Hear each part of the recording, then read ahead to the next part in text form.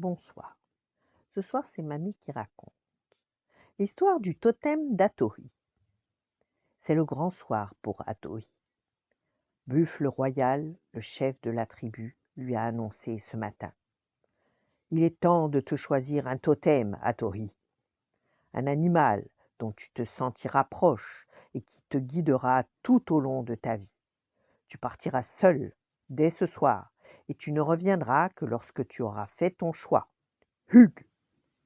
Alors, à la tombée de la nuit, Atohi abandonne derrière lui campement et tipi. Il marche à grandes enjambées quand soudain il entend trottiner à son côté. C'est Petit Waki, son furet, qui vient de le rattraper. Je dois voyager seul. Allez, fais demi-tour, ordonne Atohi. Mais Petit Waki ne l'écoute pas. Et les voilà tous les deux sur le chemin. Parvenu sous un grand séquoia, le jeune Indien entend un curieux bruissement. Il lève la tête et aperçoit un serpent. Il murmure rêveur, un serpent en guise de totem, un serpent agile et silencieux, pourquoi pas? Au même instant, le reptile se précipite sur lui, la gueule grande ouverte, prêt à le mordre. Heureusement, Petit Waki a senti le danger. Il enfonce ses dents pointues dans la chair froide de l'animal, qui aussitôt s'enfuit dans les feuillages. Atohi serre son furet contre lui, le remercie et secoue la tête. Oh, j'ai eu chaud! Quant à choisir le serpent pour totem, après pareille aventure, non merci. Il chemine la nuit entière, croise en route des lucioles, des chouettes, des blaireaux, mais aucun d'eux ne retient l'attention du garçon. Au petit matin, il débouche sur une plaine où broute un troupeau de bisons. Ils sont calmes et forts, ils me plaisent. Allons les voir de plus près, déclara Atohi. Il s'approche de l'un d'eux, le regarde dans les yeux, puis, pour faire mieux connaissance, grimpe sur son dos.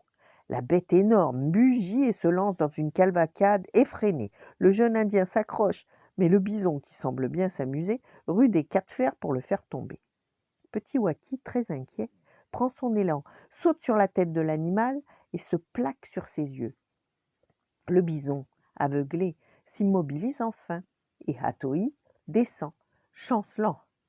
Il serre Petit Waki contre lui, le remercie et secoue la tête. Oh, je l'ai échappé belle! Quant à prendre le bison pour totem, après pareille aventure, non merci. Les deux compères reprennent la route et traversent rivières et vallons. Ils croisent des grenouilles, des hérons, des coyotes et des scorpions, mais aucun d'eux ne retient l'attention du garçon. Ce n'est pas si facile de se choisir un totem, soupire-t-il. À peine vient-il de prononcer ces mots qu'un cri perçant déchire le ciel, suivi d'un aigle royal fier et majestueux qui plane au-dessus d'eux. Mais Atohi ne peut l'admirer plus longtemps. L'oiseau fonce sur eux en piqué. Petit Waki, conscient du danger, se faufile en vitesse dans les herbes hautes pour faire diversion. L'aigle le voit, fond sur lui et tend déjà ses serres pour l'attraper. Atohi, horrifié, bondit et se jette de tout son long sur son furet pour le protéger. Le rapace hésite un instant. Cet humain est une proie bien trop grosse pour lui. Alors il déploie ses ailes et s'envole en criant, sans même un dernier regard pour eux. Atohi serre son furet tremblant contre lui, le cajole et lui chuchote à l'oreille. On peut rentrer. J'ai choisi mon totem. Petit Waki penche la tête, étonné, et Atohi poursuit tout doucement.